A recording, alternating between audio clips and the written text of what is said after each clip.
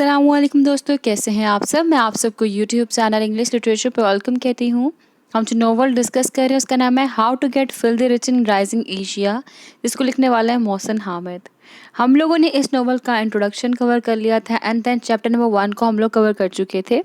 इस लेक्चर के अंदर हम लोग चैप्टर नंबर 2 के ऊपर डिस्कशन करने वाले हैं। इन शॉर्ट चैप्टर नंबर 2 की समरी कवर करने वाले हैं इस लेक्चर के अंदर। तो अगर आपने प्रीवियस लेक्चर्स नहीं सुने, मैं आपको रिकमेंड करूँगी पहले वो लेक्चर सुन लें ताकि आप सीक्वेंस से इस नॉवल को अंडरस्टैंड कर सकें, और उन लेक्चर्स का लिंक आपको इस वीडियो के डिस्क्रिप्शन में मिल जाएगा। Any how, without wasting any single minute, जो हमारे आज के लेक्चर की समरी है, टॉपिक की समरी है, उसको स्टार्ट करते हैं। चैप्टर का नाम है गेट एन एजुकेशन। जो प्रीवियस चैप्टर था हमने देखा, उसमें राइटर ने कहा था मूव टू द सिटी। ठीक है, मूव टू अ सिटी, किसी भी सिटी में मूव कर जाओ। और इस नॉवल में जो करेक्टर दिखाए गए थे, उन्होंने वो फर्स्ट स्टेप जो था वो ले लिया था। वो स्टेप किस चीज़ का था? How to get filthy rich in rising Asia. Rising Asia के अंदर आप फिल्दी रिच कैसे हो सकते हो, इन अ डर्टी वे कैसे आप रिच हो सकते हो। तो उसका फर्स्ट स्टेप था मूव टू अ सिटी। वो सिटी में मूव कर गया है। अब उसके बाद सेकेंड स्टेप है जी गेट एन एजुकेशन। अब देखें इसमें क्या होता है। जब ये चैप्टर शुरू होता है, इस चैप्टर की ओपनिंग पे अगेन सेल्फ हेल्प जनरा के ऊपर डिस्कशन की जाती है, बुक्स के ऊपर डिस्कशन की जाती है। जैसे कि मैंने सामने कोटेशन कोट की है, it's remarkable how many books including novels fall into the category of self help. Page 19 पे आपको एक कोटेशन मिलेगी नॉवल के। मतलब बहुत सी बुक्स ऐसी होती है जिनकी क्वालिटी भी पुअर होती है, उनके जो फॉन्ट होते हैं वो भी बहुत बैड होते हैं, नेचर भी बड़ी बोरिंग होती है, लेकिन वो बुक्स फॉल करती है in the category of self help. ऐसी किताबें जो कि आपकी सेल्फ को बिल्ड करने में हेल्प आउट करती हैं। और कहते हैं एक पर्सन, ऐसी किताब जिसकी क्वालिटी भी पुअर हो, उसके फॉन्ट्स भी बैड हो और बोरिंग भी हो नेचर में, वो बड़ी कोशिश करके बड़ी मुश्किल के साथ उस किताब को पढ़ता है। क्यों? बिकॉज वो अपनी सेल्फ को बिल्ड करना चाहता है, अपने आप को बनाना चाहता है। ठीक है, वो अपनी सेल्फ की हेल्प करना चाहता है, वो अपने आप को मेंटेन करने के लिए अपनी हेल्प करना चाहता है। तो कहते हैं इसीलिए वो लोग जो हैं वो डिफिकल्ट काइंड ऑफ बुक, वो बोरिंग काइंड ऑफ बुक को पढ़ लेते हैं। जैसे कि मैंने लिखा है, someone who is willing to slog through such a bad book must of necessity demonstrate a desire for self help. क्यों करते हैं? उनकी डिजायर एक ही है, for self help. On the other hand, उनका ये भी बिलीव होता है कि वो बुक जो कि प्लेजर के लिए पढ़ी होती हैं, वो भी कौन सी बुक होती हैं? वो भी सेल्फ हेल्प बुक होती हैं। क्योंकि सेल्फ हेल्प बुक जो है वो रीडिंग के लिए भी टाइम लेती हैं, और टाइम जो है वो ऐसा स्टफ है from which a self is made. एक टाइम से एक सेल्फ बनाई जाती है। तो यहाँ पे इस बुक में बताया गया, मतलब जो हम चैप्टर पढ़े टू गेट एन एजुकेशन, उसमें बताया गया कि वो किताबें जो कि प्लेजर के लिए भी पढ़ी जाती हैं वो भी सेल्फ हेल्प बुक होती हैं, क्योंकि वो भी टाइम लेती हैं। और टाइम वो स्टफ है जिससे एक आदमी अपनी सेल्फ को बनाता है, और जब वो प्लेजर के लिए रीडिंग करे तो वहाँ से कुछ ना कुछ सीख रहा है अपनी सेल्फ के लिए। और फर्दर वो टेक्स्ट बुक के ऊपर भी एम्फसाइज करता है, कहता है it is with a textbook that you at this moment and several years in the city are walking down the street. कहते हैं ड्यू टू किसकी वजह से? सिर्फ टेक्स्ट बुक की बेस पे है कि टेक्स्ट बुक की बेस पे। टेक्स्ट बुक क्या होता है? जब आप एक किताब पढ़ते हो, कहता है उसकी बेस पे आप सीखते हो। कहते जब आप टेक्स्ट बुक पढ़ रहे हो तो उसी के पढ़ने की बेस पे आप वॉकिंग डाउन द स्ट्रीट, गलियों में शहरों में सफ़र कर रहे होते हो। मतलब क्या? अगेन सेल्फ हेल्प की बात की जा रही है।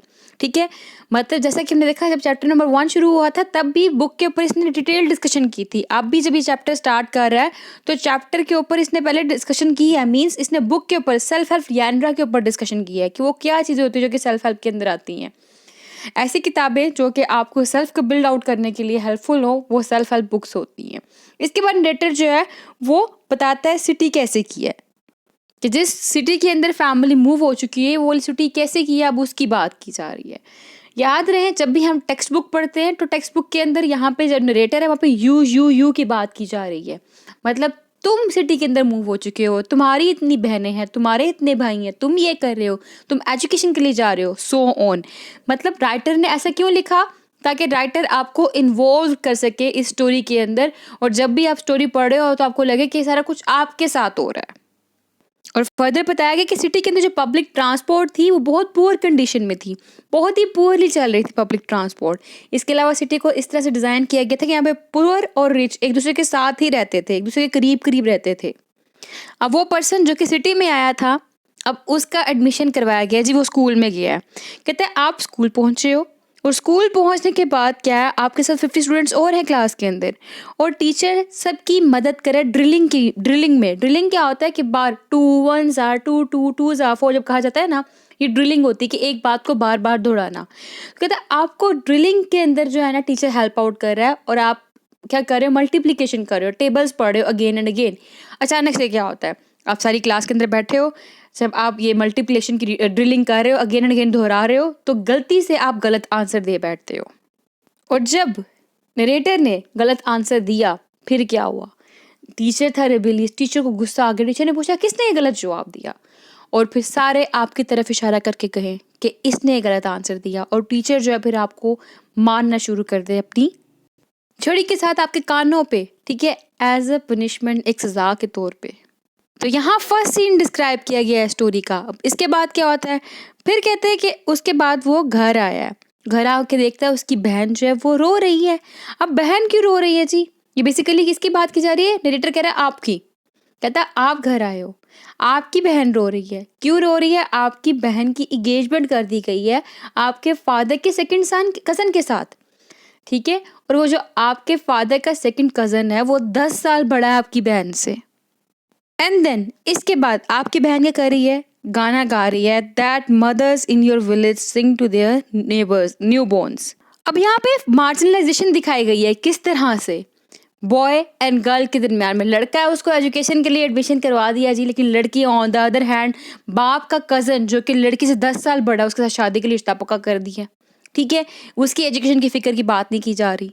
एनी हाउ, इसके बाद ये जो बच्चे हैं, मतलब भाई हो गया, बहन हो गया, ये गेम खेलने के लिए बाहर निकल गए हैं, और जो गेम है उसका नाम है रिवर, जिसके अंदर एक ने एक साइड पे खड़े होना होता है सिर्फ इस डिच के, ठीक है, और छड़ी या मेटल के साथ उसने उस डिच के अंदर जैब करना है, मतलब पोक करना है, यानी कि मारना है, कुछ डालना है उसके अंदर। तो ये लोग ये खेल करने लग पड़ते हैं, और ये खेल खेलने के लिए जो उसकी सिस्टर होती है वो क्या करती है, अपनी शॉल को रिमूव कर देती है, मतलब शॉल को उतारती है, साइड पे रखती है ताकि वो गेम खेल सके। और जब ये ऐसा करती है तो उस टाइम पे ये नोटिस करते हैं कि एक बैलेट मैन, एक गंजा आदमी जो है वो उस लड़की को अपनी स्ट्रीट विंडो से देख रहा होता है, ठीक है, उसके ऊपर घूर रहा होता है। मतलब यहाँ पे भी दिखाया गया है काइंड ऑफ फेमिनिज्म, ठीक है, कि जो सोसाइटी है, अगर सोसाइटी के अंदर फीमेल इस तरह से रिएक्ट करती है तो उसको इस तरह से एक्ट करती है, तो उसका रिएक्ट क्या होता है, काइंड ऑफ अगर गेम खेल रही है तो अब गेम खेल रही है, उसने शॉल रिमूव किया तो वहाँ से एक आदमी उसको स्टेयरिंग करना शुरू कर दिया अपनी विंडो से, हालांकि वो गली में खेल रही है और वो अपने घर से उसको घूर रहा है। एनी हाउ, इस सब खेल के बाद जब वापस घर पे आती हैं तो उसके भाई को कफिंग हो रही होती है, उसका भाई खांसी कर रहा होता है।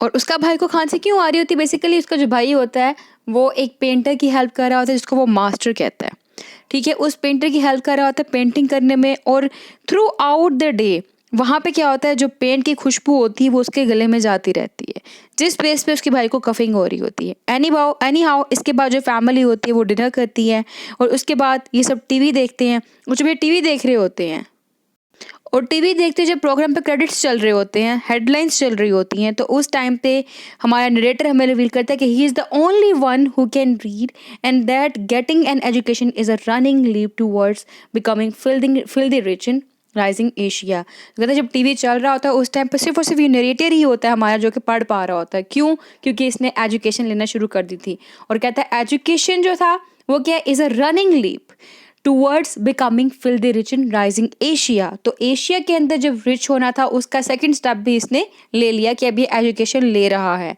इसके बाद हम देखेंगे थर्ड चैप्टर है which is do not fall in love, उसमें क्या होता है। तो आई होप कि आपको चैप्टर 2 की समरी क्लियर हो चुकी होगी। फिर मिलते हैं नेक्स्ट वीडियो में नेक्स्ट लेक्चर के साथ, और हमारी इस वीडियो को आप शेयर भी करिएगा। आपका एक शेयर हमारे लिए बहुत मैटर करता है। हम लोग अपना इस लेक्चर बनाने के लिए बहुत ज़्यादा स्ट्रगल करते हैं, बहुत टाइम देते हैं सिर्फ और सिर्फ आपके लिए, ठीक है। तो thank you so much for watching this video पसंद आई तो वीडियो को लाइक भी करिएगा, हमारे चैनल को सब्सक्राइब भी करिएगा, और हमारी वीडियो को अपने दोस्तों के साथ शेयर करना मत भूलिएगा। थैंक यू, अल्लाह हाफिज़।